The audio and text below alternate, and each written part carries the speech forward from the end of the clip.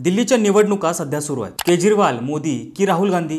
दिल्लीची जनता कुणाला साथ देणार, कोणाच्या पारड्यात झुकतमाप टाकणार हे येत्या 8 फेब्रुवारीला निकालातून आपल्याला समजेलच। मात्र त्यापूर्वी दिल्लीच्या निवडणुकीवर प्रभाव टाकणारे घटक कोणकोणते आहेत, असे कोणते फॅक्टर्स आहेत हे पाहणं देखील महत्त्वाचं ठरतं। अशातच दिल्लीच्या राजकारणावर प्रभाव टाकणारा एक नवा फॅक्टर समोर आलाय।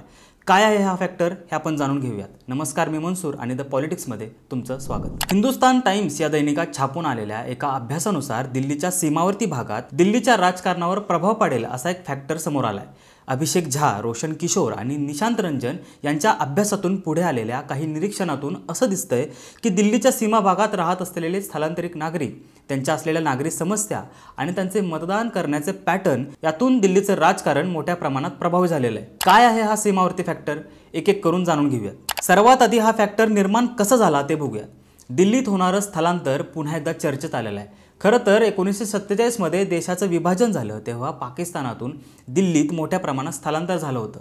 त्यानंतर मात्र स्थलांतराचा वेग काहीसा स्थिरच होता। मात्र गेल्या काही दशकांतील आर्थिक वाढीचा आणि अर्थव्यवस्था विस्ताराचा परिणाम म्हणून दिल्लीतील स्थलांतरितांची संख्या मोठ्या प्रमाणात वाढलेली दिसते आणि हे स्थलांतर दिल्लीच्या सीमा भागात मोठ्या प्रमाणात घडून आलेलं आहे असंही दिसतंय।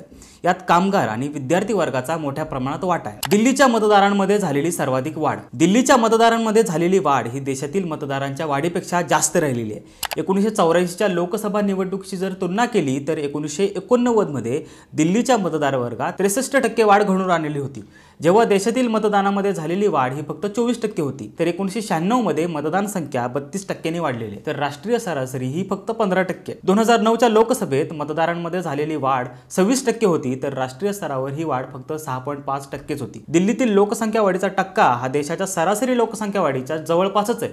मात्र मतदानामध्ये लक्षणीय वाढ झालेली आहे। ती कशामुळे? तर ही वाढ स्थलांतरामुळेच घडून आलेली आहे असं दिसतंय।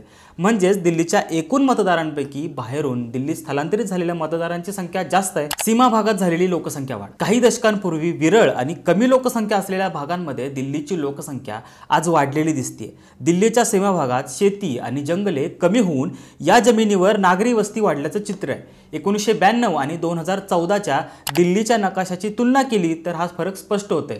दिल्लीच्या शहरी भागांमध्ये झालेली ही वाढ दिल्लीचा वाढलेला मतटक्का अधोरेखित करतोय। दिल्लीच्या मध्यवर्ती भागातील नागरीकरणाचा वेग कसा आहे ते बघूयात।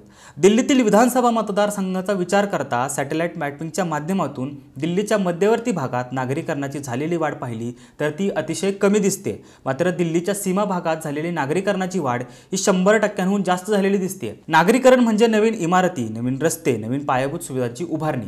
याचा विचार केला तर दिल्लीच्या मध्यवर्ती भागामध्ये अशा गोष्टी उभारणं यासाठी सध्या खूपच कमी जागा शिल्लक राहिलेली आहे। मात्र दिल्लीच्या सीमावर्ती भागांमध्ये अशा सुविधा उभारणं याच्यामध्ये गेल्या काही दशकांमध्ये मोठ्या प्रमाणामध्ये वाढ झालेली आहे। बल्लीमारासारख्या दिल्लीच्या मध्यवर्ती भागातील नागरीकरण जिथे 1.3%नी वाढले आहे, तिथे दुसरीकडे चाहतपूर सारख्या सीमावर्ती भागात 292% ही वाढ झालेली दिसून येते। सीमावर्ती भागातील गरिबी, सीमावर्ती भागात राहणारी लोकसंख्या ही फक्त वाढलेलीच नाहीये तर त्याच्यामध्ये गरिबीचं प्रमाणही जास्त आहे असं दिसून आलेलं आहे। ते कशावरून? तर नॅशनल फूड सिक्युरिटी ॲक्टनुसार राशन धारकांची संख्या म्हणजे राशन कार्ड धारकांची संख्या बघितली तर ती दिल्लीच्या सीमा भागात जास्त दिसून येते।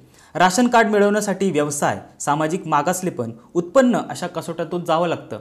अशात राशन कार्ड धारकांची संख्या बघितली तर ती दिल्लीच्या सीमा भागात जास्त झालेली आहे। आधी सांगितलं तसं दिल्लीत स्थलांतरित होणारा वर्ग हा मुख्यतः कामगार आणि सेवा क्षेत्राशी निगडीत असणारा वर्ग आहे। दिल्लीत स्पर्धा परीक्षांची तयारी करायला येणारा वर्गही यात दिल्लीत स्थायिक झालेला दिसतो। आता या 5 गोष्टी काय दर्शवतात आणि याचा दिल्लीच्या राजकारणावर कसा परिणाम होतोय ते एकदा बघूयात। 2013 मध्ये 69 सीटसाठी झालेल्या निवडणुकीमध्ये भाजपला 33% मतं मिळवली, जेव्हा त्यांना 31 सीट मिळाल्या होत्या। आपला 30% मतं मिळवून 28 जागा जिंकल्या होत्या आणि काँग्रेसने 25% मतं मिळवून 8 जागा जिंकल्या होत्या। 2015 मध्ये भाजपचा मतटक्का होता 32%, आपचा होता 54% आणि काँग्रेसचा होता 10%। 2020 मध्ये भाजपचा मतटक्का झाला 38%, आपचा 55% आणि काँग्रेसचा होता फक्त 4%। यातील एक पॅटर्न बघितला तर असं दिसतं की काँग्रेस जी तिसऱ्या क्रमांकावर फेकली गेलेली आहे तिचा मतटक्का हळूहळू कमी होतोय आणि दिल्लीच्या राजकारणात 2च पक्षांमध्ये स्पर्धा दिसते।